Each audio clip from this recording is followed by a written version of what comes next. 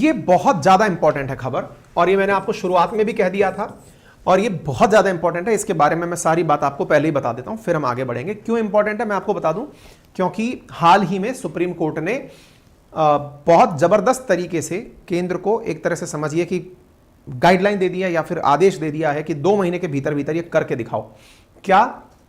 ये महिलाओं को लेकर के protection of woman from sexual harassment, that is posh, protection of woman from sexual harassment act, उसको इंप्लीमेंट करिए। सुप्रीम कोर्ट ने कहा है gaps in posh enforcement must secure woman work space, supreme court. और यहां पर कहा गया है, पॉश एक्ट क्या होता है वो तो मैं बताऊंगा। शुक्रवार को केंद्र और राज्य सरकारों को निर्देश देते हुए कहा कि 2 महीने के भीतर भीतर उन लोगों ने अपने सभी विभागों में और मंत्रालयों के अंदर सेक्सुअल हरेसमेंट कमेटी बनाई या नहीं बनाई, इसका अपडेट 2 महीने के भीतर भीतर जमा कराएं। क्या है अब ये कहानी, पूरी बात बताएंगे। कार्य क्षेत्र पर महिलाओं के साथ हो रहा यौन उत्पीड़न, उससे निपटने के लिए समिति की आवश्यकता, क्या वो समिति बनी या नहीं, इसके बारे में सरकार ने कहा था। यहां पे क्या है, sexual harassment of women at work place prevention prohibition redressal act passes in 2013, इसके विषय पर चर्चा करेंगे। बहुत ज्यादा इंपॉर्टेंट है, विषय को ढंग से समझिएगा। और है ना, इस विषय को समझने के लिए आपको थोड़ा सा मैं बैकग्राउंड में लेकर चल रहा हूं, एक स्टोरी बताता हूं, उसके बाद में आप इस चीज को जानेंगे। देखिए साथियों, ये 90s की बात है। राजस्थान के अंदर, राजस्थान राज्य के अंदर एक महिला हुआ करती थी जिनका नाम था भंवरी देवी। और वो भंवरी देवी जो थी वो आशा वर्कर थी, साथिन थी, मतलब इस तरह से समझिए कि वो चिकित्सा विभाग की सहायता के लिए काम करती थी।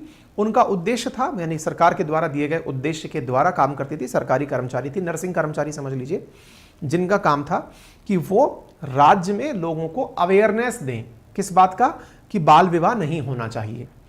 ऐसे ही वो एक बार अपने काम को करते हुए बाल विवाह रुकवाने के लिए किसी शादी में पहुंच गई। जिस जगह वो पहुंची वो उच्च जाति के लोग थे। उन लोगों के द्वारा उस महिला के साथ उस समय अभद्रता की गई।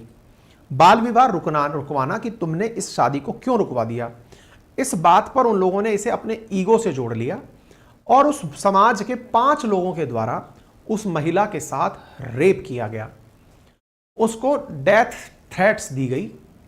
और तो और जब वो महिला अपने काम से मतलब इस पूरी दुर्घटना से पीड़ित होने के बाद पुलिस में शिकायत करने गई, तो पुलिस ने भी उस मुद्दे पर संज्ञान नहीं लिया, यानी उस मामले को दर्ज नहीं किया, क्योंकि इसमें उन्होंने तथ्य के अभाव में उस परिवार के लोगों के साथ कुछ भी एक्शन लेने से इनकार कर दिया।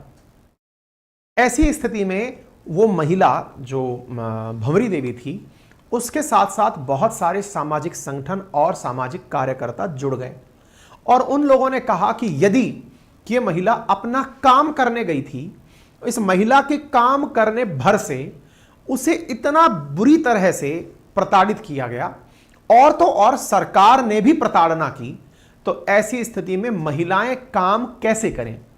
चूंकि वो महिला तो वर्क प्लेस पर ही गई थी, भाई अगर वो साथिन थी, उसका काम था कि वो इस तरह की शादियों को रुकवाए, तो वो तो वर्क प्लेस पर गई थी और वर्क प्लेस पर उसके साथ जो हुआ वो सेक्सुअल हरेसमेंट था। अब हमारे देश में बदकिस्मती से इस पर्टिकुलर घटना के लिए कोई कानून ही नहीं था। हां, रेप के लिए कानून जरूर था, लेकिन उनके पास तथ्य नहीं मिले। ऐसी स्थिति में ये महिला और इसके साथ के जो सामाजिक कार्यकर्ता संगठन थे, ये सुप्रीम कोर्ट पहुंचे और सुप्रीम कोर्ट ने, अच्छा किसी ने इस मामले को सुना ही नहीं, फिर ये लोग सीधा सुप्रीम कोर्ट पहुंचे।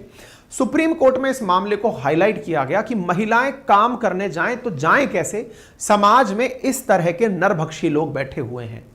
इस बात पर सुप्रीम कोर्ट ने पूरे मामले की सुनवाई करी और सुनवाई करके 1997 में एक लैंडमार्क डिसीजन दिया, जिसे विशाखा बनाम राजस्थान सरकार 1997 के नाम से जाना जाता है।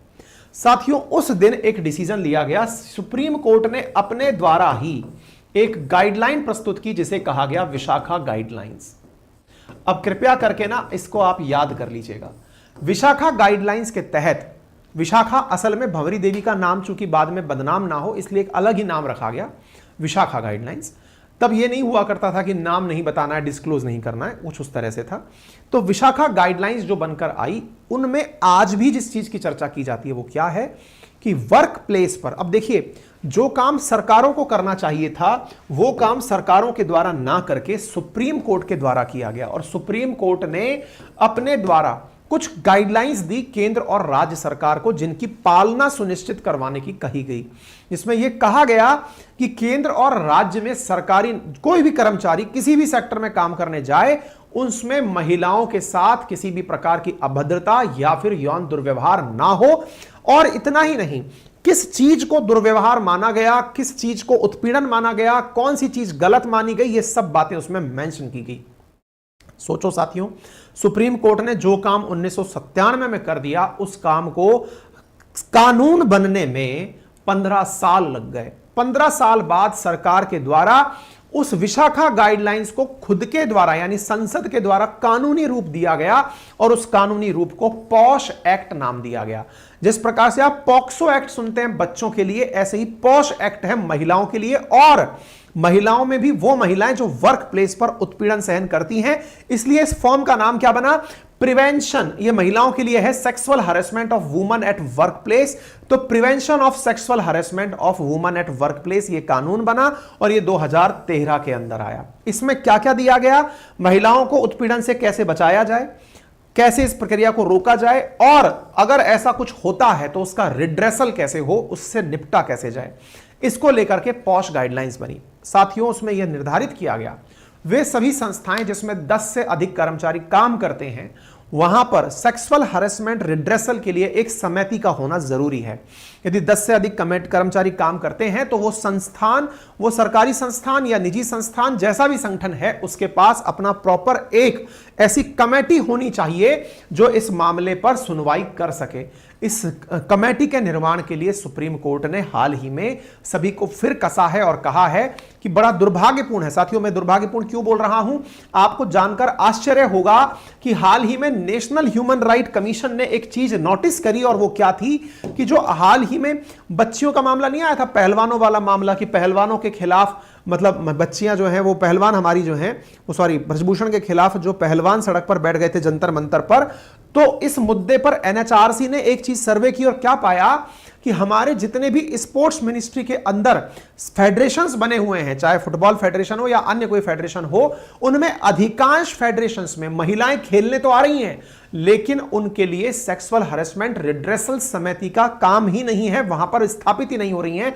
ऐसी स्थिति में उनके साथ यदि, जैसे अभी ब्रजभूषण वाला जो मामला चला था, उस ब्रजभूषण मामले में सेक्सुअल हरेसमेंट का मुद्दा ही तो था, लेकिन उस हरेसमेंट के मामले को सुनने के लिए पूरे फेडरेशन में कोई समिति ही नहीं है। यह बात सुप्रीम कोर्ट ने भी अपने रिपोर्ट में कोट करते हुए कहा है कि सोचिए देश के लिए कितना दुर्भाग्यपूर्ण है कि इतनी बड़ी संस्थाओं तक के अंदर महिलाओं के उत्पीड़न को सुनने के लिए किसी संस्था का गठन नहीं हुआ है।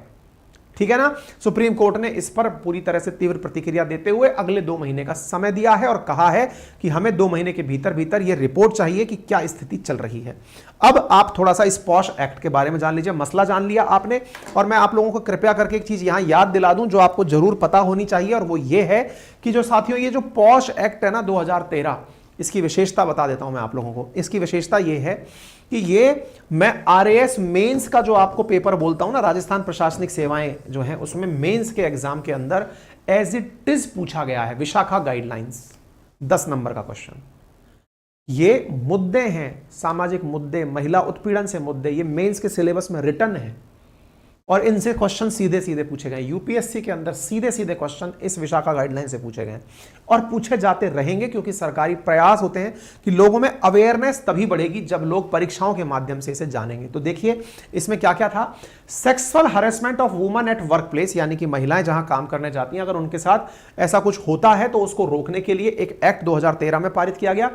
Posh act include unwelcome remark and action, यानी कुछ ऐसा कोई भी टिप्पणी, टीका टिप्पणी या कोई ऐसा काम आपने जो किया, जैसे महिला कहीं आ रही है, आपने उन्हें देख करके कुछ ऐसी कमेंट्री कर दी। कई बार लड़कों में अपने आप को लेकर एक अलग ही डूडपन होता है कि मैं तो भाई डूड हूं, बोले क्या मैं कुछ भी कमेंट पास कर सकता हूं। कोई ऐसी तीखी टिप्पणी आपने करी या आपने कोई फब्ती कसी, वो sexual harassment eight work place में कंसीडर की जाती है। Physical advances, sexual favour from demand, lewd jokes also unlawful. यदि किसी को यह लगता है कि महिला कर्मचारी के साथ वो नॉनवेज जोक क्रैक कर लेगा, यदि किसी को ऐसा लगता है कि महिला के साथ जो साथ में रहती है, जॉब करती है, उसके साथ में सेक्सुअल फेवर डिमांड कर लेगा, ये सब चीजें पॉश एक्ट के तहत क्राइम है। इसकी वजह से इसकी कंप्लेंट जो है वो 3 महीने के अंदर ही फाइल करने का प्रावधान किया गया है। और प्रावधान पुलिस में जाकर नहीं, एक इंटरनल कंप्लेंट कमेटी जो है वो उसी कंपनी में बनाया जाना प्रस्तावित किया गया। अब आप पूछेंगे सर इंटरनल कंप्लेंट कमेटी कैसे सुनवाई कर लेगी इस बात की, मान लो कुछ ऐसा हुआ तो उस इंटरनल कंप्लेंट कमेटी को बहुत सारी पावर दी गई है।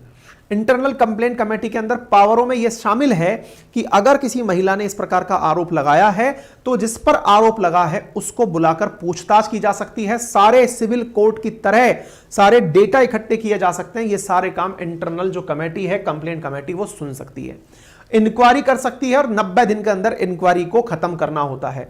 Listed companies have to be disclosed, यानी कि जो भी हमारे यहां पर मतलब इसके अंदर कंपनीज लिस्टेड हैं, प्राइवेट कंपनीज, उनके अंदर ये बताना कंपलसरी है कि उनके यहां पर कितने केस हर साल दर्ज किए गए पॉश एक्ट के अंदर। आप इससे अंदाजा लगा सकते हैं। तो पॉश एक्ट का जो मैंने बैकग्राउंड है वो बता दिया, विशाखा गाइडलाइन। एक और भी इसके पीछे का कारण है और वो क्या है, सीडॉ। अब ये सीडा क्या है, convention on elimination of all forms of discrimination against woman, जिसका भारत सिग्नेटरी है। साथियों, कन्वेंशन पूरी दुनिया के अंदर 1991 में यह निर्णय लिया गया कि महिलाओं को वर्कप्लेस से सुरक्षा देने के लिए, वर्कप्लेस पर सुरक्षा देने के लिए कानून बनाया जाए ताकि महिलाओं से विभेद को रोका जा सके।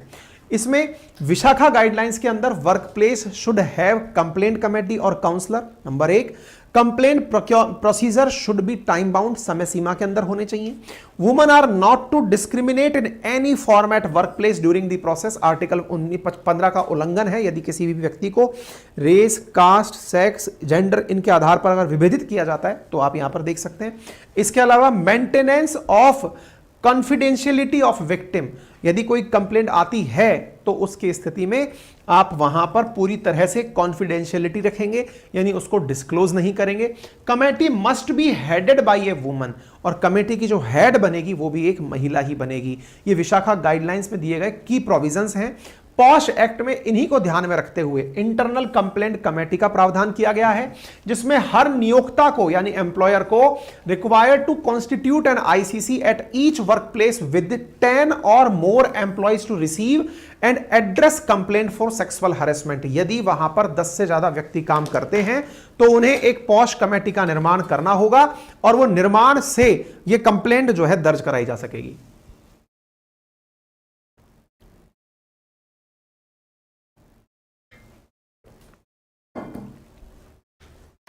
ठीक है ना, इसलिए ये बहुत ज्यादा इंपॉर्टेंट है, इसको ध्यान से सुनते चलेगा। आगे चलते हैं। एम्प्लॉयर की ड्यूटीज में डिफाइन की गई है।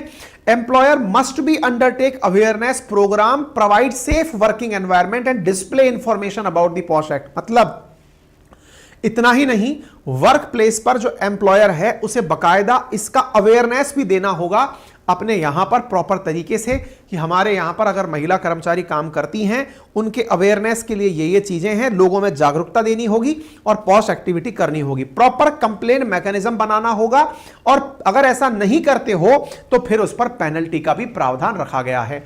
ये देख लीजिए, आरएएस प्रीलिम्स हुआ था आरपीएससी, जिसके लिए हम बोल रहे हैं आपसे कि हम लोग क्लासेस शुरू करने जा रहे हैं। उसमें वर्ष 2021 का जो प्रीलिम्स हुआ था उसमें इसके बारे में क्वेश्चन पूछा गया था, विशाखा गाइडलाइन के बारे में। बहुत इंपॉर्टेंट है, प्रीलिम्स और मेंस के पॉइंट ऑफ व्यू से कृपया करके आप इसे याद कर सकते हैं। ठीक है, किसी को प्रकार का कोई मतलब सवाल हो तो पूछ सकते हैं। हम फिर से बता दें, राजस्थान प्रशासनिक सेवाओं को लेकर के हम जल्दी ही अपना बैच शुरू करने जा रहे हैं। अपनी पाठशाला पर उसकी क्लासेस होंगी एप्लीकेशन पर। ऐसी स्थिति में यदि आप में से कोई भी विद्यार्थी इच्छुक है, क्योंकि देखिए 2021 में प्रीलिम्स हुआ था, अब अपेक्षित है कि 2023 में प्रीलिम्स होगा, जल्दी ही वैकेंसी आने वाली है।